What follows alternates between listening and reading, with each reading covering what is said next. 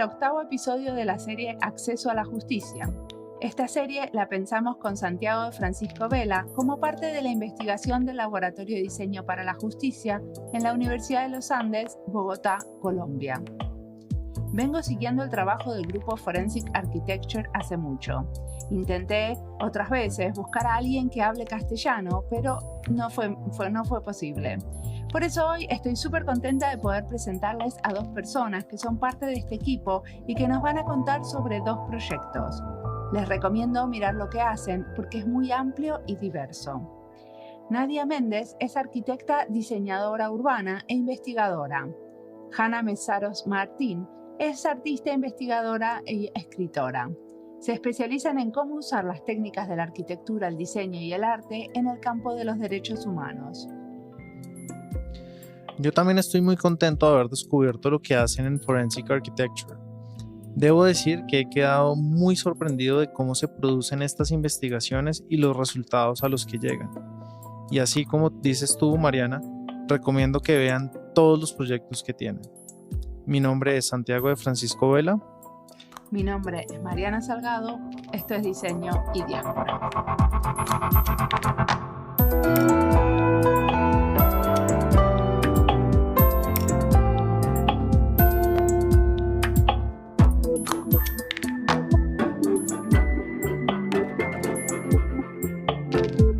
Yo me presento primero.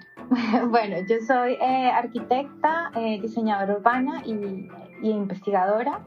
Actualmente vivo en Holanda, trabajo en diferentes proyectos urbanos y he trabajado con Forensic Architecture desde el 2016 en diferentes proyectos en Latinoamérica, en especial en el caso de Ayotzinapa y el caso reciente que acabamos de terminar, que es el de Palacio de Justicia.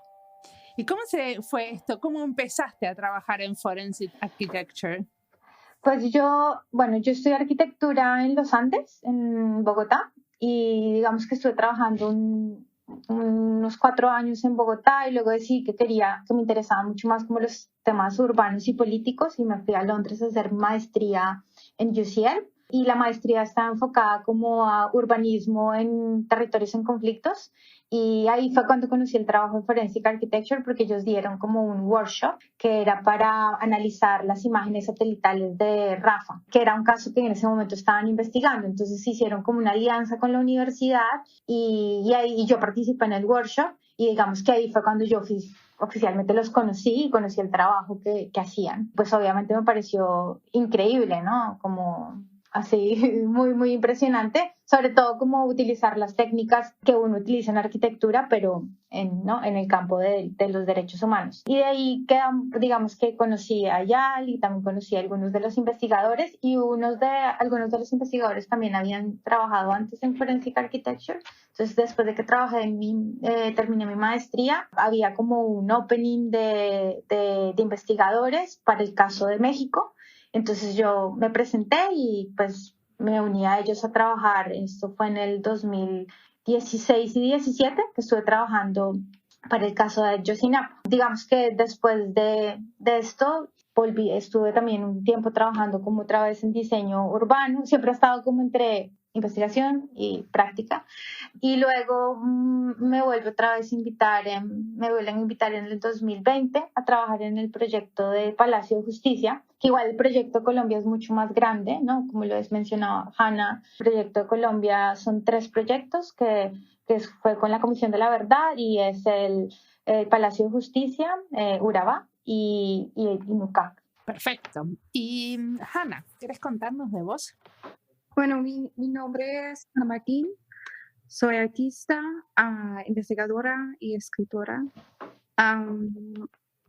Yo he trabajado en Forensic desde 2012, cuando yo empecé mi maestría con el Centro de Research Architecture, Arquitectura de Investigación, en Goldsmith, en la Universidad de Londres. Perfecto. ¿Y me decís qué es Forensic Architecture? ¿Cómo lo describirían? Bueno, ahora somos una agencia de investigación espacial y visual. Tenemos casos pues la mayoría de los casos son de violaciones de derechos humanos o violaciones de pues, crímenes contra el medio ambiente. Estamos trabajando con pues, grupos de abogados, pues, con víctimas y familias de víctimas, también con activistas y con ONGs. ¿Y quién paga este trabajo? ¿Cómo se financia? Bueno, cada proyecto es diferente. Tenemos fondos desde una beca de ERC, que es European Research Council, desde 2010, yo creo. Tenemos una gran beca de ellos. Pero también tenemos becas de OSF, Porticus, de varias instituciones artísticas como museos, cosas así. ¿Y cómo se dan cuenta? Porque ustedes como proveen datos, ¿no? A veces hacen una maqueta, una visualización, un video para proveer datos a un juicio, ¿no? ¿Cómo se dan cuenta qué es lo que vale la pena hacer? Como que se tiene que presentar pues depende, ¿no? Yo creo que depende de cada proyecto, porque digamos, hay proyectos en los que sí se puede llevar hasta una instancia judicial, mientras que hay proyectos que no van a llegar a una instancia judicial. Por ejemplo, en el caso del trabajo con la Comisión de la Verdad, ¿no? Es diferente el objetivo de cada uno de los proyectos. Pero digamos que el resultado final siempre es un proceso, porque como finalmente trabajamos y representamos a muchas de las víctimas, entonces siempre es un trabajo con estas diferentes organizaciones de qué es lo que se tiene que, no, como qué es lo que queremos realmente encontrar, pero siento que el resultado, no sé, tú qué opinas, Hannah, pero el resultado siempre es como que cuando se inicia un proyecto no hay algo 100% claro, sino que es durante el proceso de la investigación que vamos como encontrando, ¿no? Se empiezan a generar hallazgos o empezamos a encontrar como nuevas metodologías que dan una nueva perspectiva de la evidencia que ya está actualmente en el caso. Así que no creo que iniciamos como una preimagen o resultado en la cabeza, sino un poco durante el proceso. O sea que ustedes lo que hacen es como proveer herramientas visuales en 3D para poder investigar para los investigadores y a la vez ustedes son investigadoras.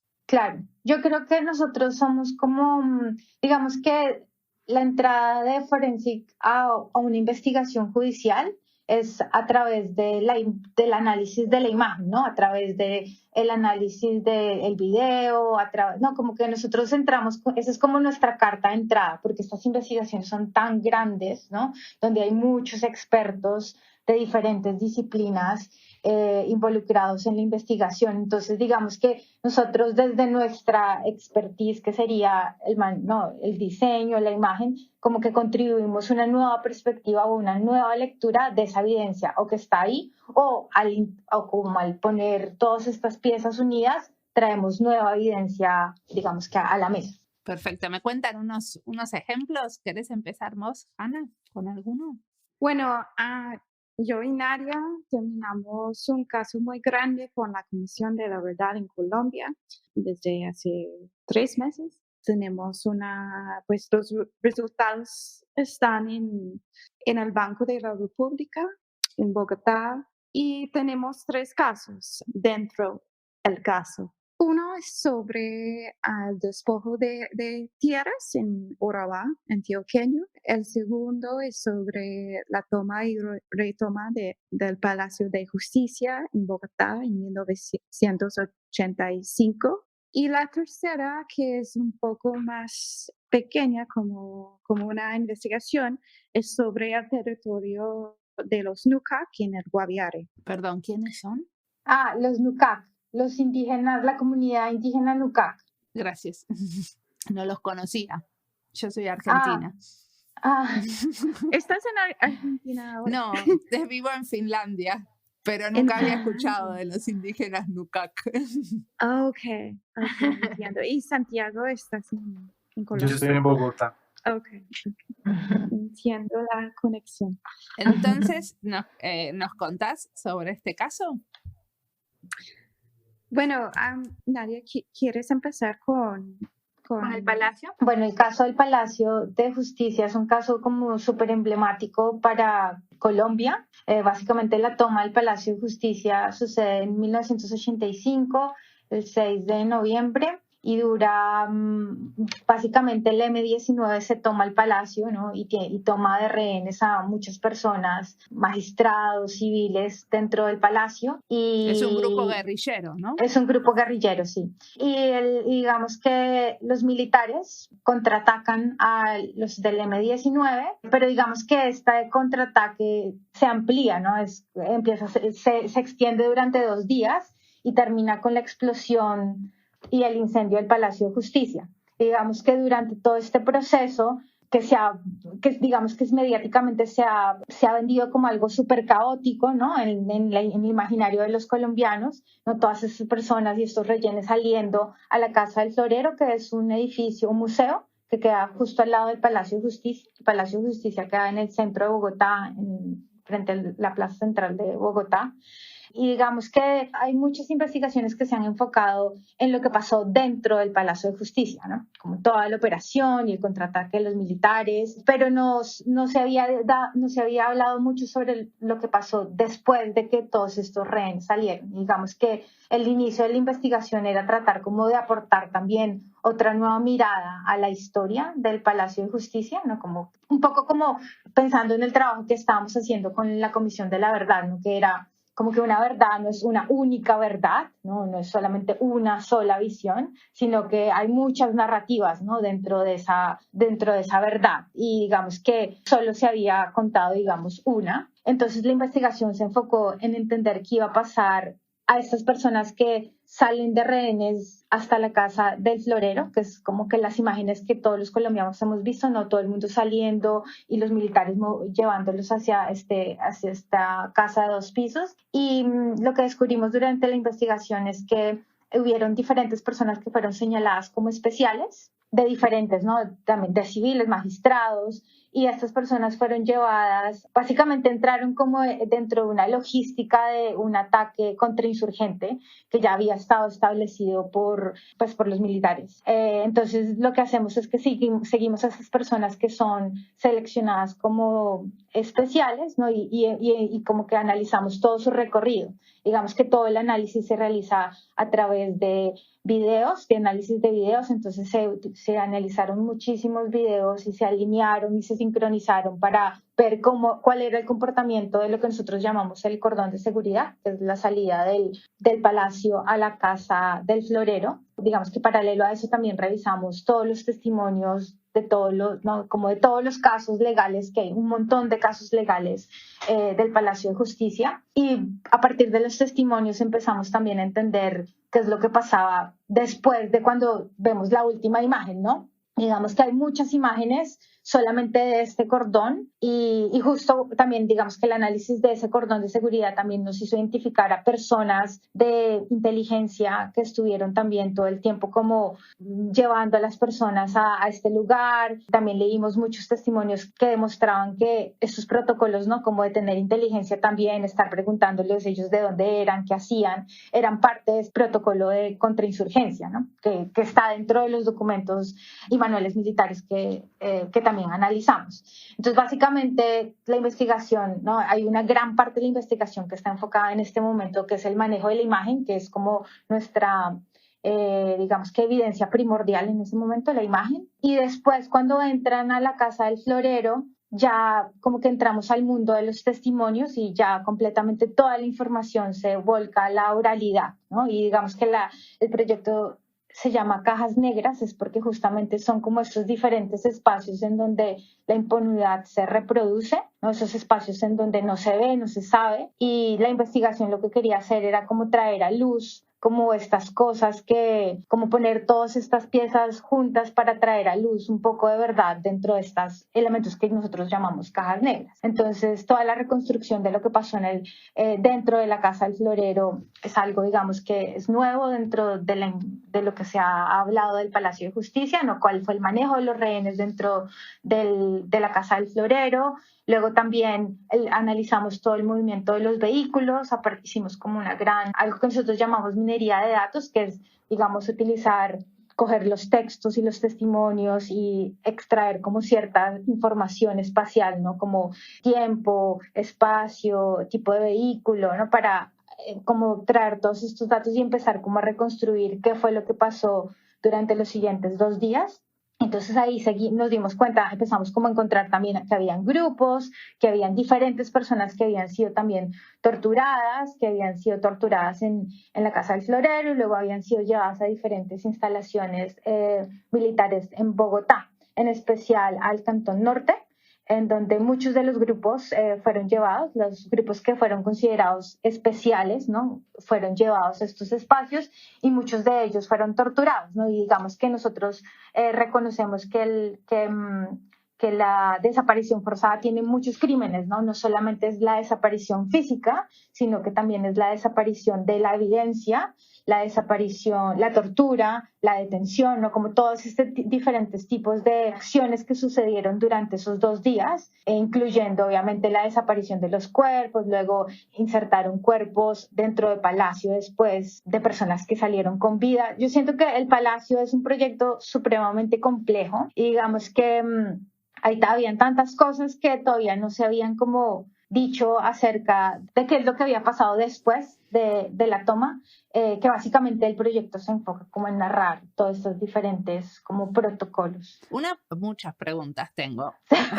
A ver, en la casa del Florero, ¿eran un lugar donde llevaba rehenes los militares o los guerrilleros? Los militares. Okay. Los militares llevaban aparte de diferentes instancias, no solo militares, sino también policías, ¿no? Porque digamos que lo que pasa es que están tomando el palacio, entonces naturalmente lo que hacen es que llevan a todas estas personas a la Casa del Florero, que es en donde tienen que revisar su identificación, preguntarles, ¿no? Como usted quién era. Entonces, digamos que todo esto no se sabía, o sea, se sabía que los rehenes habían sido llevados a la Casa del Florero, pero no se sabía qué había pasado dentro. Y digamos que durante muchos años las familias de los desaparecidos, porque digamos que lo más importante del Palacio de Justicia es que hubieron desaparecidos. Estas familias todo el tiempo habían señalado que sus familiares habían salido con vida, que habían recibido llamadas también de la Casa del Florero de militares a ellos diciéndoles que estaban ahí, que simplemente estaban revisando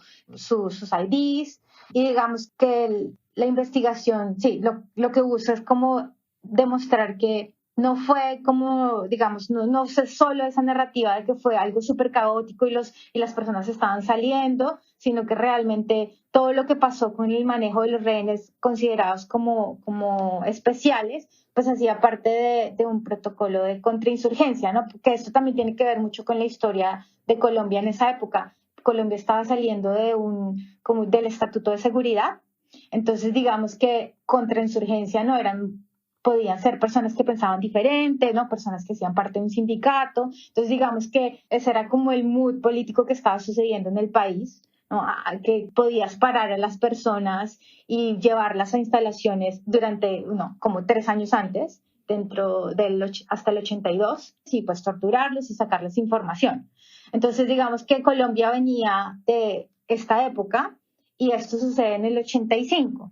Entonces, digamos que ya existía un protocolo para manejar a las personas que tú considerabas que eran contrainsurgentes, ¿no? Que justamente por eso mencioné los diferentes documentos, porque cuando empezamos la investigación y empezamos a leer todos los testimonios, ¿no? Las personas decían, y primero me llevaron al primer piso y me pidieron mi cédula. Me quitaron mi cédula, luego me hicieron tal tipo de preguntas y cuando revisamos como los documentos militares nos dábamos cuenta que habían protocolos, ¿no? Que el primero era identificar, quitar cédula, ¿no? Como si crees que es una persona inocente, aislar, separar, como que habían muchas conexiones entre lo que las personas narraban que les sucedía en cada uno de estos espacios y obviamente los documentos militares contra insurgentes. Perfecto. Y ustedes lo que hacían cuando vos decís que en la casa entramos en el mundo de los testimonios, de la oralidad, ¿cómo recopilaron esas voces? Que supongo que estaba todo eso por escrito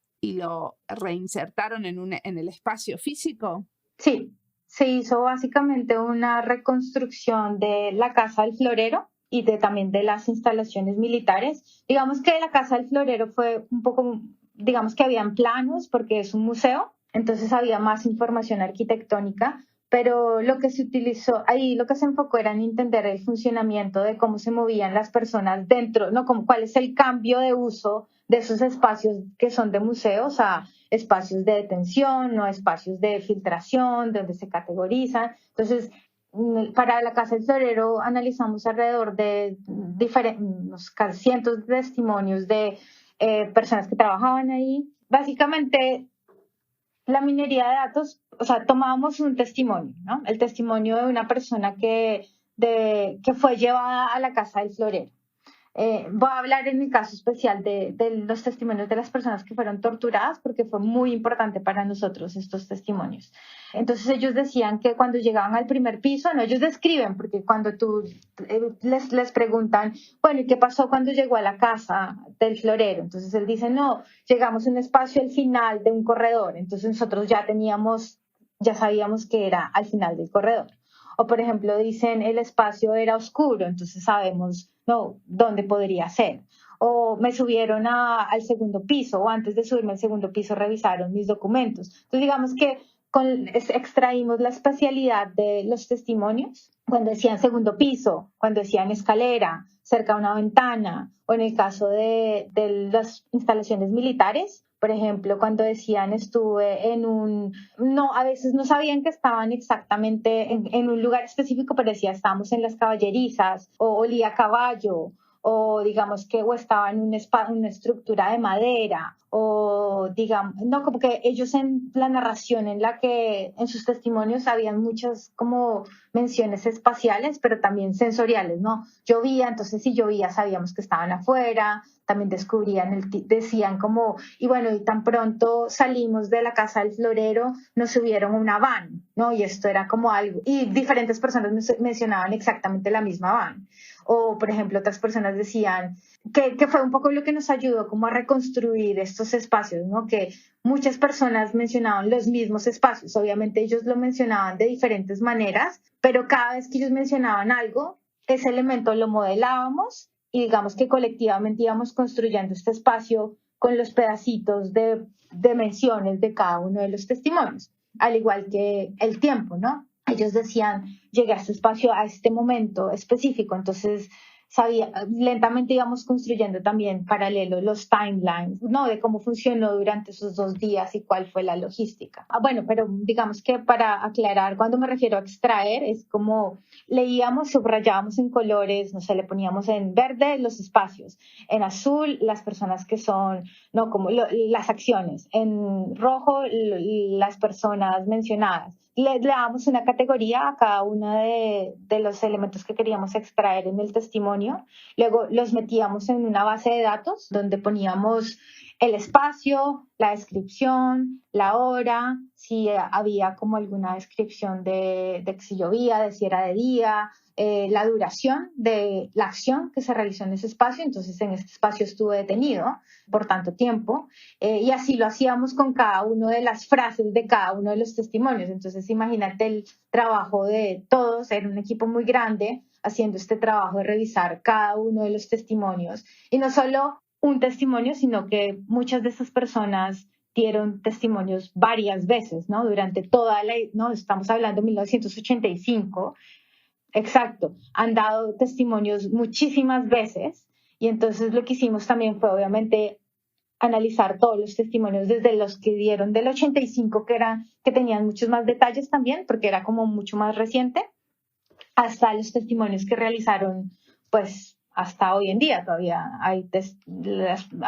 casos que todavía están abiertos.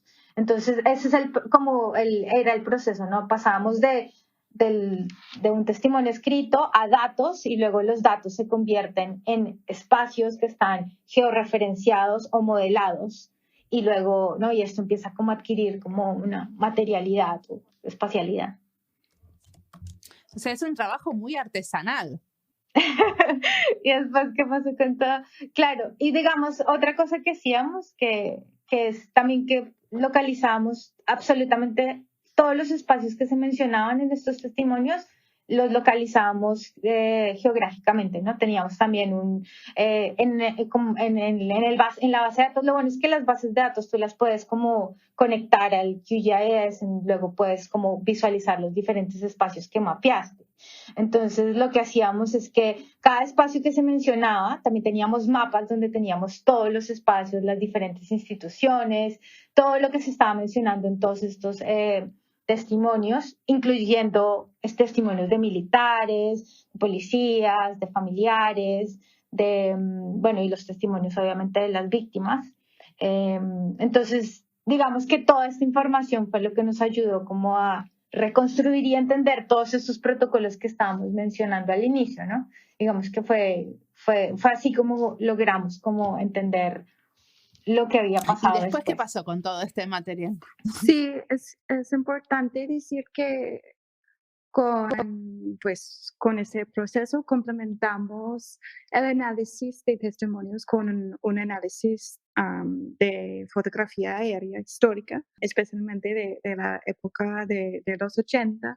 Y bueno, con esas dos cosas podríamos hacer una comparación de los espacios en los testimonios con los espacios que podemos ver en las fotografías. Claro, porque digamos que como los testimonios son de diferentes épocas, es verdad, esto es muy importante. Hicimos largas horas con Hannah de análisis de fotos aéreas en donde veíamos, ¿no? Porque también hay una evolución dentro inclusive de las instalaciones militares, ¿no? Estos edificios van cambiando, entonces lo que habíamos reconstruido. Bueno, que esto es algo que tal vez sea importante mencionar, es que la reconstrucción inicial que hicimos de las instalaciones militares fue basado todo en videos de YouTube que los militares ponen o la gente postea, no haciendo ejercicio, y como también hay muchos eventos que suceden en el Cantón Norte. Entonces utilizamos todos esos videos para reconstruir hoy en día de las instalaciones militares, pero luego hicimos obviamente este análisis que menciona Hannah de imágenes satelitales, de analizar cuál fue también la evolución de estos edificios y cómo se veían antes. Y también obviamente entrevistamos a militares que conocían muy bien las instalaciones también para como revisar también que nuestros modelos fueran como estuvieran de acuerdo a la época. Y ahora, sobre todo este material que ustedes produjeron, hicieron una exposición en el museo. Sí, y también con todos los casos en Forensic tenemos nuestro sitio de web en que tenemos todos los vídeos y algunos materiales de investigación. ¿Y es normal que una investigación termine en una exposición en un museo? Sí, de hecho normalmente en Forensic tenemos más de 60 exposiciones cada año. Tenemos un montón de exposiciones. Y sí, es normal que proyectos no terminen en exposiciones, pero normalmente una exposición es un foro en donde podemos mostrar el caso y el público también puede tener una interacción un poco más diferente que pues un caso legal, un caso en los medios, por ejemplo. Sí. ¿Y algunas veces usan estas exposiciones también para recabar datos, para encontrar más detalles o testimonios de testigos? No, es más como, no las exposiciones, pero sí hay proyectos que están diseñados para que se puedan subir información adicional. Por ejemplo, ¿no? Como en el del Grenfell Tower, se podían como subir videos si se tenían videos para la reconstrucción. O sea, se hacen como llamados, digamos que a la ciudadanía de si se tienen videos, pues subirlos. En el caso del Grenfell Tower sé que lo hicimos. En el caso de México, por ejemplo, en el de Ayotzinapa, pues era una plataforma de investigación. Entonces la idea básicamente estaba diseñado para que la gente participara, ¿no? Se hicieron diferentes, digamos que workshops con estudiantes y con diferentes organizaciones para enseñarles cómo trabajar la minería de datos para que se pudiera como utilizar y subir también esa información y se pudiera visualizar con la plataforma, ¿no? Porque al final la plataforma lo que hace es que está visualizando un conjunto de datos que está estructurado de cierta manera. Entonces, si tú estructuras tus datos de esa manera, puedes otra vez visualizarlos, ¿no? Como agregarlos encima de lo que ya se investigó antes, ¿no? Así que en ese aspecto, sí, no la exposición como tal, pero sí hay proyectos que se diseñan para que se puedan agregar más información.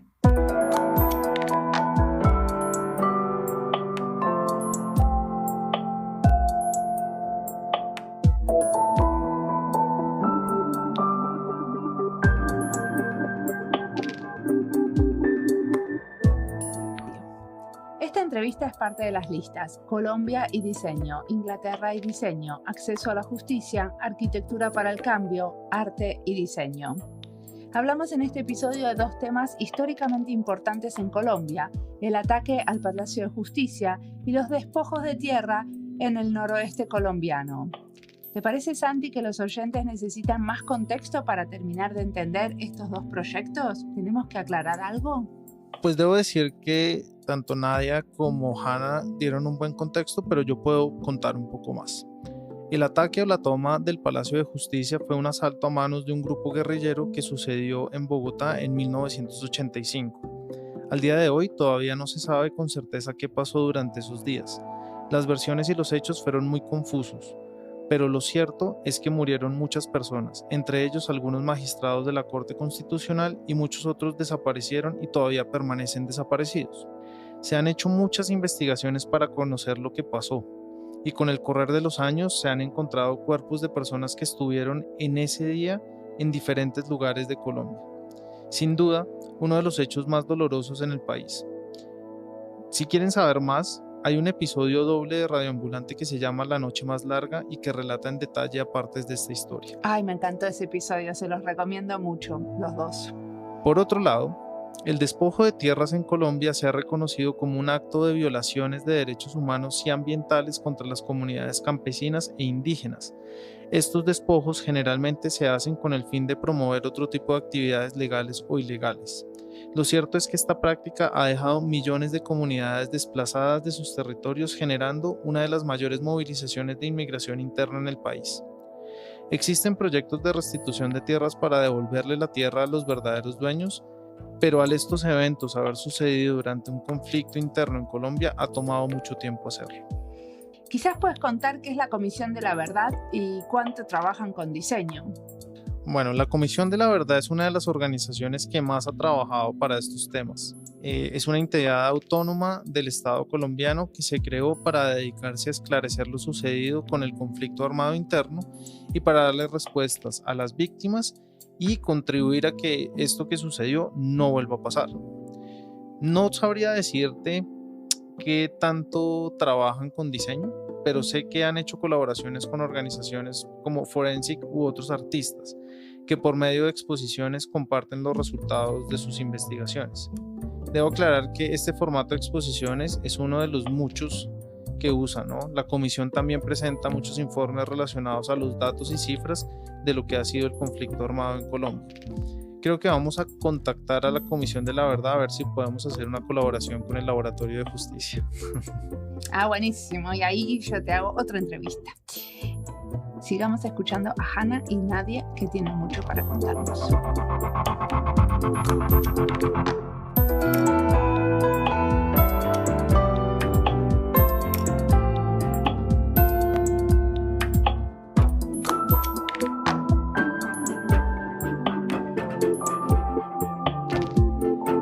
¿Quieren contar otro caso, pero más brevemente?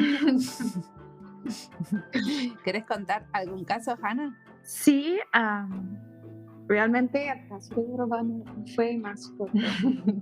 Pues nos llevó en este caso como casi 2 años y medio Pero bueno, la investigación es sobre el despojo de tierras en Urabá antioqueño, que es una región en el norte oeste de Colombia, que es conocida por pues la industria bananera y también por pues una historia muy fuerte de violencia política. Nuestro caso enfocamos en este caso en un sitio que se llama Nueva Colonia, que es un corregimiento en Turbo, en Urabá.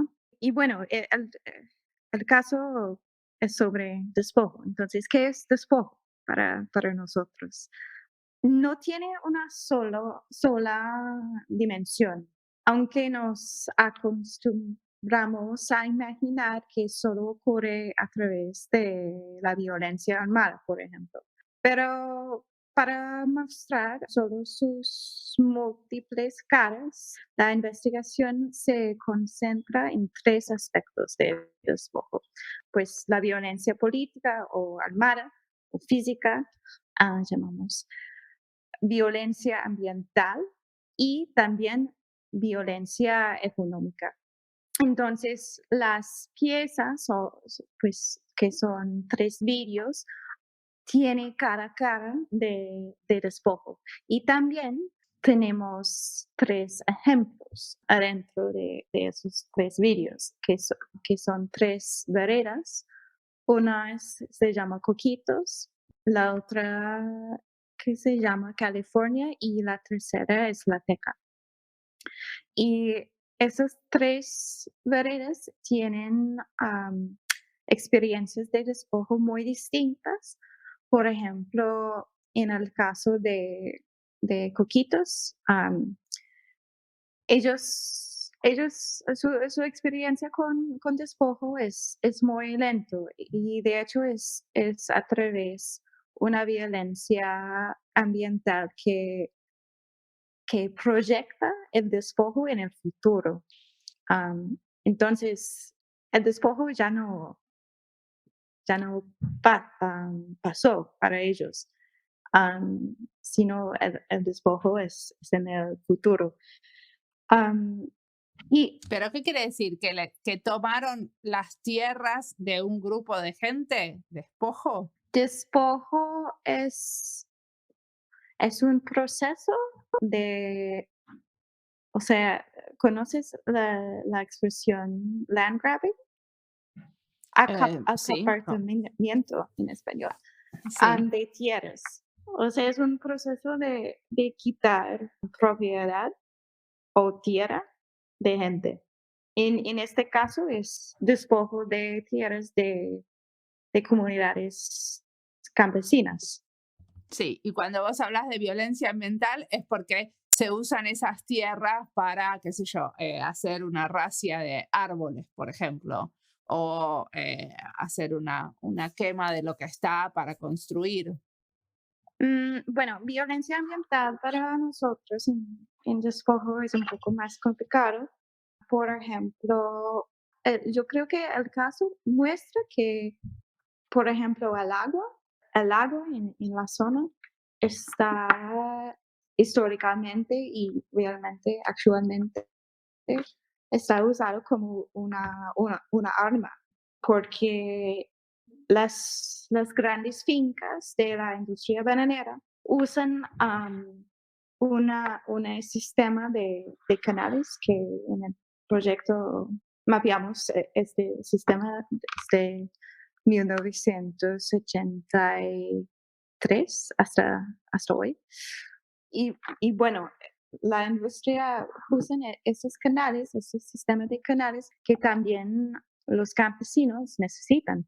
Y lo que pasó es con la magnitud del agua de las fincas bananeras, los canales de los campesinos no pueden sostener esta cantidad de agua. Entonces, es como un, es para usar un sistema construido, o sea, un sistema arquitectónica para establecer un gran desbalance, ¿cómo yo puedo decir esto? Es Una como desigualdad para... o un desbalance. Sí, Ujú. sí, sí, porque los campesinos no pueden construir pues, sistemas de canales como las grandes fincas bananeras. O sea, ustedes usan este material que hacen como el mapeo de los canales para que los campesinos, para apoyar la lucha de los campesinos al derecho al agua. ¿Entiendo bien? Pues más o menos, pues mapeamos el sistema de los canales porque de hecho los campesinos nos dijeron que pues el sistema de los canales está usado para despojar a ellos. Entonces, en este caso, pues escuchamos las historias y las experiencias de los campesinos y empezamos a analizar desde pues muchas fuentes usando imágenes satelitales, fotos aéreas. Un estudio se ha hecho de un científico, un biólogo en la Universidad de Antioquia sobre la sedimentación de la industria bananera y sus afectaciones en la erosión de la costa, que también es un mecanismo de despojar a los campesinos pues, de su tierra pues, ahora y también en el futuro. Y ustedes, todo ese material que recopilan, después, ¿a quién se lo dan? ¿Cómo sigue? Aquí. O ustedes lo publican en una plataforma común que lo pueden usar los campesinos o lo puede usar cualquiera. Sí, pues digamos que para todos los proyectos que se realizaron con la Comisión de la Verdad, todos esos proyectos, como ya se dan cuenta, tienen muchísimos detalles y son proyectos como súper complejos. Entonces lo que se hace es que toda la documentación y el proceso, hay varios videos, ¿no? Se generan estos videos que un poco explican el proceso, la metodología de cómo llegamos a ciertas conclusiones específicas. Y justamente la plataforma obviamente es un lugar en donde compartimos esta información, pero como también trabajamos en este caso con la Comisión de la Verdad, pues estas también son entidades locales que esto se convierte también en evidencia para casos, ¿no? Depende del proyecto, pero digamos que la idea es que utilizan esta información para seguir investigando, ¿no? Digamos que el hecho de que nosotros nos tomáramos ¿no? Como lo que estaba explicando Hannah, hacer la reconstrucción de todos los canales, ¿no? Como señalar que hay diferentes maneras de despojar, no solamente una. O, por ejemplo, en el caso de Palacio, ¿no? Decir que los casos, digamos, de tortura también hacen parte del proceso de la desaparición forzada, ¿no? Como legitimizar también como toda la búsqueda de los familiares a través de ya sean videos, murales o toda la recopilación de documentos. Sí, digamos que la idea es que esta información se utilice para seguir investigando. Perfecto. Y díganme una cosa, perdón. No, Santi. es que tengo tantas cosas en la cabeza que me está costando procesar todo, pero voy a hacer una pregunta y después voy a ver si logro como terminar de hacer las demás y si nos da el tiempo. Cuando ustedes trabajan con la Comisión de la Verdad, por ejemplo, me imagino que la Comisión de la Verdad tiene muchos más casos, ¿cierto? ¿Ustedes cómo escogen los casos en los que trabajan? Porque me imagino que ahí debe haber también una especie no sé, de análisis de, bueno, qué tanta información, porque claramente, como nos contaron al principio, pues ustedes no están muy preocupados por el resultado final, sino por el proceso. Entonces, me parecería interesante que nos contaran cómo escogen esos casos, porque me imagino que la Comisión de la Verdad les dice, pues tenemos todos estos casos, en cuál les gustaría investigar o en cuál se quieren meter. Bueno, yo puedo contestar. De hecho, esos 3 casos fueron escogidos por el comisionado Alejandro Valencia. Y de hecho, pues la comisión trabaja más en patrones, en casos no. Y eso es muy importante porque ellos tienen un mandato que es pues sobre el conflicto armado en su totalidad y no hay tiempo pues en 3 años, que es el mandato de la comisión, a investigar como tantos casos como hicimos esa investigación. Entonces, sí, la investigación con Forensic Architecture es un poco única por este. Y obviamente hay más casos, o sea, sí. Ellos están trabajando en patrones, pero obviamente para investigar patrones necesitamos conocer como casos. Entonces, sí, hay un balance entre esas dinámicas en la comisión. Pero sí, la verdad es, nuestra investigación es un poco única en este aspecto. O sea, como que de alguna manera lo que ustedes descubren en un caso muchas veces está replicado en otros casos. Y por eso hablan de esto de descubrir patrones, ¿no? Como modos de acción que se van repitiendo. Pues yo creo que hay 2 maneras de empezar a investigar un patrón. Una es empezar desde un enfoque muy específico, un caso, por ejemplo, que sí puede dar como luces a muchos más casos, y eso es en el caso del Palacio, por ejemplo, y el crimen de desaparición forzada. Este caso y la manera en que investigamos y analizamos el protocolo de los militares, este puede dar luces a otros casos en el país. Pues en el otro ejemplo, podemos empezar desde una perspectiva más general también, y luego enfocamos, en un caso muy específico. Pero es dos métodos. Como dos aproximaciones. Sí. Okay. Sí, a mí me causa mucha como curiosidad y admiración como esa posibilidad de ser muy recursivos, o sea, como mantener un proceso, pero también saber en qué momento, no sé, voy a las imágenes satelitales o en qué momento hago como este proceso de minería de datos muy artesanal, como nos contó Nadia, ¿no? Porque al final, pues toda esa es una información pues que ha estado ahí siempre, ¿no? Que de pronto no ha tenido una mirada desde otras disciplinas. Como dice Hannah, pues es como muy única y eso, no sé, en mi cabeza todavía está como, ¡ah! Pues y sabemos, cuando empezamos la investigación, pues la primera paso fue como construir el equipo del proyecto. Entonces, pues tenemos personas en la oficina en Londres, pero también tenemos un equipo específico en la comisión que consistió de un investigador principal, una coordinadora y investigadores también.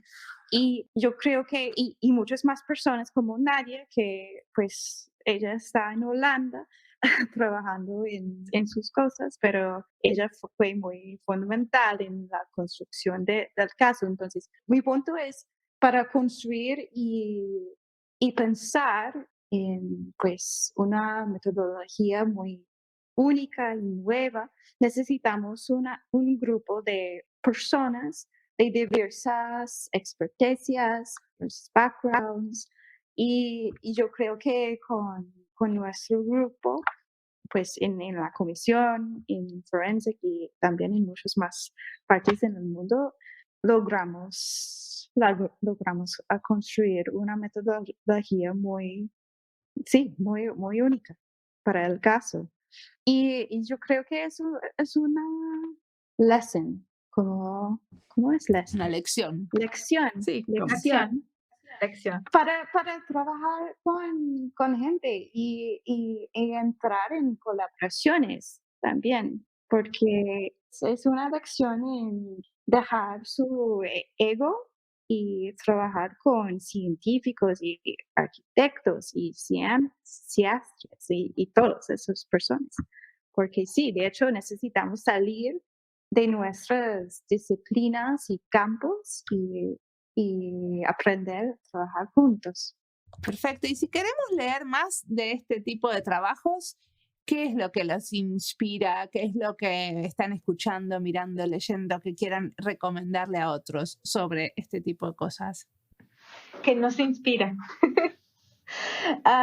No sé, bueno, es que yo creo que el trabajo de Forensic realmente es muy único, pero también siento que lo que ha generado es que ahora hay más colectivos que también están iniciando, ¿no? Como cosas similares. Y digamos, o sea, a mí personalmente me interesa mucho como algo que es muy importante, que lo que mencionó Hannah, es como que yo siento que igual en la práctica, ¿no? Como que se dice que uno trabaja, que es súper importante el trabajo multidisciplinar, pero realmente es súper limitado. Pero yo siento que algo muy importante y como que a mí me parece, me inspira, es que cuando uno utiliza como sus herramientas o como sus expertices y le da una lectura a otro, algo por fuera de la disciplina, pues es realmente muy interesante ver lo que uno produce, ¿no? Porque finalmente lo que estamos haciendo es lo que se hace en Forensic Architecture es como una lectura espacial de casos de violaciones de derechos humanos y ambientales, ¿no? Y esa misma lectura la podría hacer, lo que dice Hannah, un cineasta y el resultado es completamente diferente, o un científico y el resultado es completamente diferente. Entonces no es como esa lectura de yo soy, ¿no? Como un grupo multidisciplinar en donde cada uno mira su propio campo, en donde uno más básicamente predice, ¿no? Como es como si yo viera solo arquitectura y viera, no, como que produciría arquitectura, sino que como el forzarse a ver otras cosas, ¿no? Como ver e involucrarse en proyectos que tienen que ver con otras disciplinas, me parece que es súper como interesante. Y bueno, no sé, en la academia también están pasando, ¿no? Hay varias personas que están como viendo esta intersección de el diseño y otras disciplinas. Pero no me contestaron la pregunta de si queremos leer más sobre esto, si queremos escuchar Si más quieren sobre leer esto. más, hay muchísimos libros de Forensic Architecture. Ustedes publicaron muchos libros. Sí, hay varios, ¿no, Hannah? Perfecto. Decime uno, ¿por dónde empiezo si quiero leer sobre su trabajo? El último, es que no, yo estoy mirando los libros acá en la En la oficina. oficina. Se llama Forensic Architecture, ¿sí? Pero Pero no también sé, hay uno que se llama Material Witness, que también es como interesante, ¿no? sí, de Susan Shipley, Ujú. am, que trabajó en Forensic pues, desde el comienzo del grupo. También te recomiendo el libro Forensics, que fue el primer libro del grupo y es una colección de capítulos de diferentes personas en Forensic. Y Perfecto. creo que el primero en español fue el que se presentó en México, que era hacia una estética investigativa. Y en este hay también como una breve historia del primer libro. Obviamente el primer libro es mucho más extenso porque también explican las metodologías, pero digamos que ese está en español y habla un poco también, tiene como un enfoque más hacia los proyectos latinoamericanos. Sí, en caso de que... Perfecto, eso está buenísimo. Y en el futuro, ¿qué es lo que les gustaría estar haciendo que no están haciendo ahora? ¿Dónde les parece que Forensic Architecture tiene que ir? ¿Cuál es si tenemos una brújula? Pues la idea es, vamos a construir una unidad en Colombia, yo creo. Y yo creo que no solamente en Colombia, pero en muchas más partes del mundo, tenemos una unidad, por ejemplo, en Palestina y también en Alemania, en Berlín. Y la idea es porque hay mucho interés y muchos más casos en Colombia, vamos a construir un grupo para Colombia, yo creo. Y les hago la última pregunta. Ustedes contaron que hay muchos diferentes grupos que están tratando de, bueno, copiar el modelo o copiar el tipo de trabajo que hacen Forensic Architecture. ¿Qué les recomendarían a un grupo que está empezando con este tipo de cosas? Bueno, también esos grupos, pues, estamos trabajando con esos grupos también. Por ejemplo, hicimos un caso en Colombia del asesinato de Lucas Villa con el grupo de 070 que está en los Andes. y también con Bellingcat, que es un grupo de investigación de Londres, y con Baudot, que es una agencia de prensa en Pereira. Entonces, sí, yo te recomiendo. O sea que ustedes son consultores de otros grupos.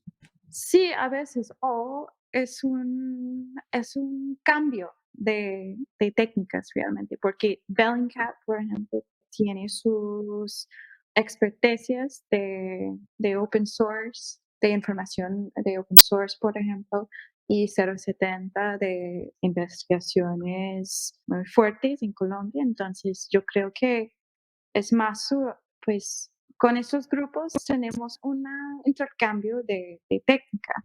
Como que tienen, cada uno maneja diferentes herramientas y se pueden como complementar. Claro. Sí. Sí, 070 es más periodístico, por ejemplo. Sí, y Bellingcat también tiene un gran enfoque en como open source y media, y la gran mayoría son también, periodistas. Sí, y nosotros, por ejemplo, tenemos una experiencia de producción de vídeos, por ejemplo. Entonces, sí, complementamos. Bueno, ustedes tienen como un enfoque más de diseño, ¿no? Tienen más diseñadores y arquitectos en sus filas. Sí, pero de hecho nuestros productos finales más o menos son vídeos. Entonces, pues yo soy también cineasta, entonces yo tengo esa experiencia y sí, siempre Forensic está trabajando con documentalistas, cineastas, sí. Entonces es una consideración muy fuerte en el grupo. Y sí, la mediación de esos casos en, pues, modelos en 3D y entornos en 3D, pero también en vídeo. Perfecto. ¿Tenés alguna...? No, estoy aquí todavía tratando de procesar, pero no, tremendo. Muchísimas gracias por la entrevista.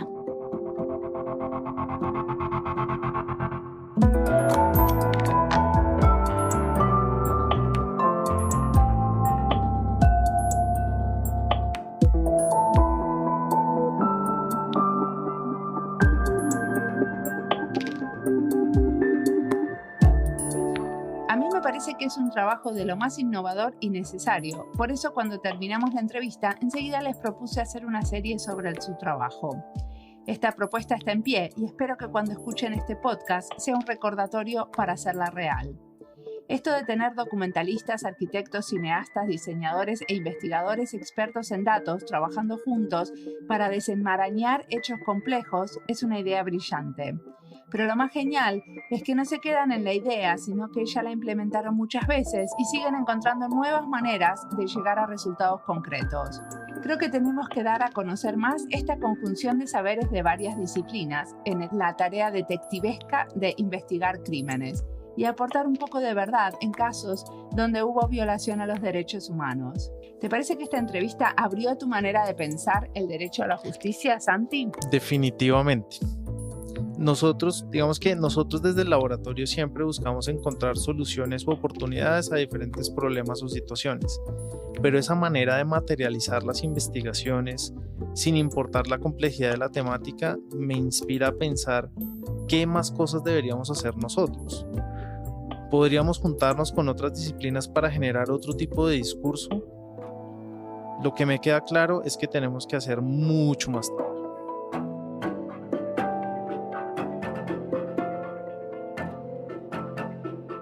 Como siempre, la música del podcast es de Antonio Zimmerman, el diseño de sonido es de Andy Fechi.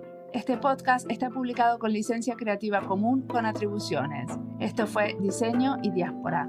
Pueden seguirnos en nuestras redes sociales, en YouTube, Instagram y Twitter, o visitar nuestra página web diseñoydiaspora.org. No olviden recomendarnos y recomendar nuestros libros. Nos escuchamos en la próxima.